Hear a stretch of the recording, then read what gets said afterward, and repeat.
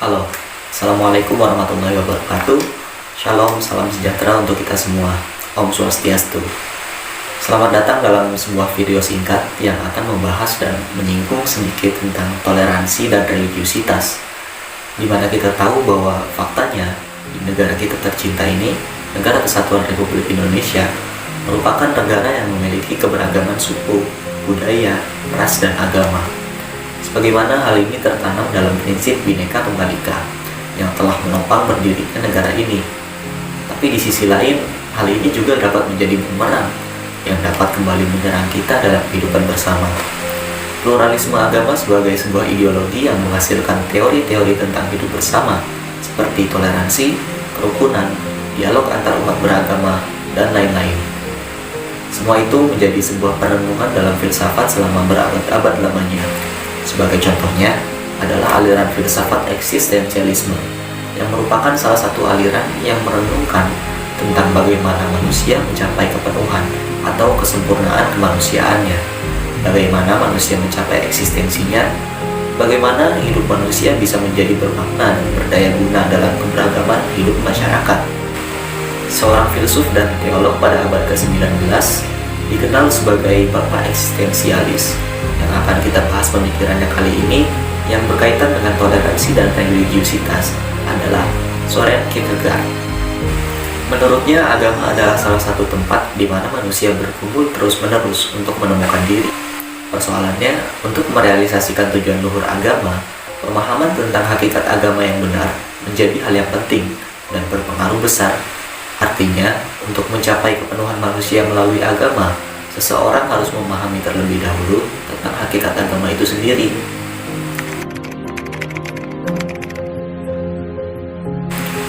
Yang pertama, hakikat agama sebagai wilayah paradoks. Hidup manusia terus-menerus bergulat dengan misteri. Artinya, manusia sampai kapanpun akan terus mencari dan memberi makna terhadap kehidupan, baik secara kolektif maupun personal. Salah satu cara yang diandalkan manusia untuk memecahkan misteri tersebut adalah melalui agama. Karena dengan agama, manusia dapat mengatasi bermacam-macam persoalan hidup yang tidak bisa diatasi oleh nalar.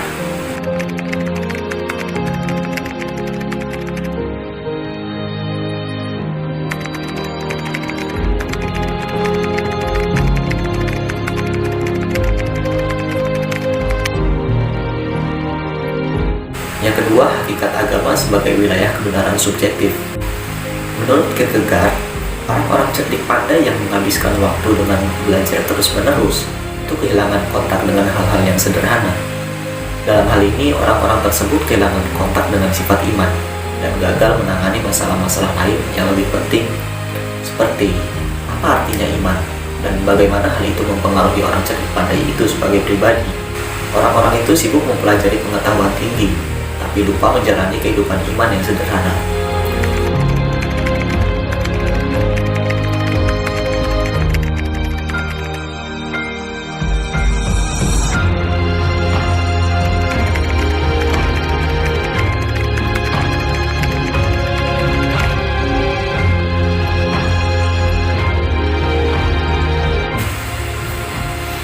Kierkegaard menegaskan bahwa jika masalah kebenaran dilihat secara objektif, maka refleksi secara objektif itu akan diarahkan kepada kebenaran sebagai suatu objek yang berkaitan dengan subjek yang mengetahuinya.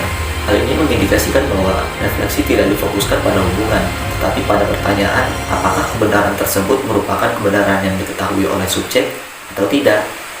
Contoh pengetahuan tentang Tuhan. Secara objektif, refleksi diarahkan pada pertanyaan apakah objek ini adalah Tuhan yang sebenarnya atau bukan. Sedangkan secara subjektif, refleksi diarahkan pada pertanyaan apakah masing-masing pribadi memiliki hubungan dengan Tuhan atau tidak. Jadi, itulah puncak perenungan Søren Kierkegaard, bahwa agama dipandang sebagai salah satu bidang hidup yang bisa diandalkan sebagai medan yang paling memungkinkan untuk seseorang menemukan eksistensinya.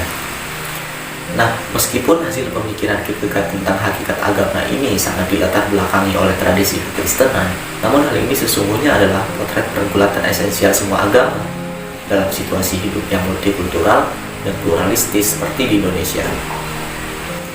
Pemikiran Søren Kierkegaard sangat relevan dalam konteks pluralitas hidup beragama seperti di Indonesia.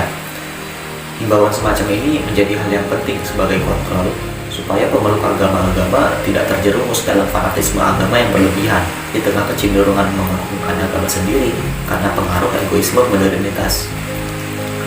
Dalam konteks Indonesia, sumbangan pemikiran Kierkegaard ini berguna sebagai pengolah pluralitas agama untuk menyiapkan masyarakat Indonesia yang mewujudkan cita-cita bersama, yakni menjadi bangsa yang satu, bangsa Indonesia. Karena jika dipahami dengan baik, maka akan membuat setiap orang beriman terhindar dari upaya pengaruh dan mempengaruhi. Dalam hal ini keyakinan khususnya, setiap orang akan disadarkan bahwa kebenaran agamanya memang mengandung kebenaran yang khas.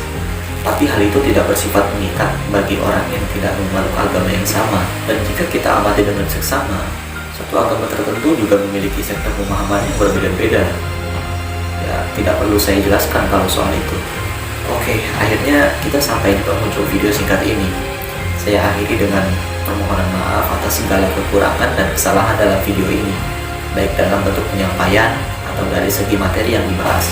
Jika ada kritik dan saran, silahkan sampaikan di kolom komentar. Saya akhiri, billahi taufiq wal hidayah. Assalamualaikum warahmatullahi wabarakatuh. Salam sejahtera untuk kita semua. Om Swastiastu. Shalom.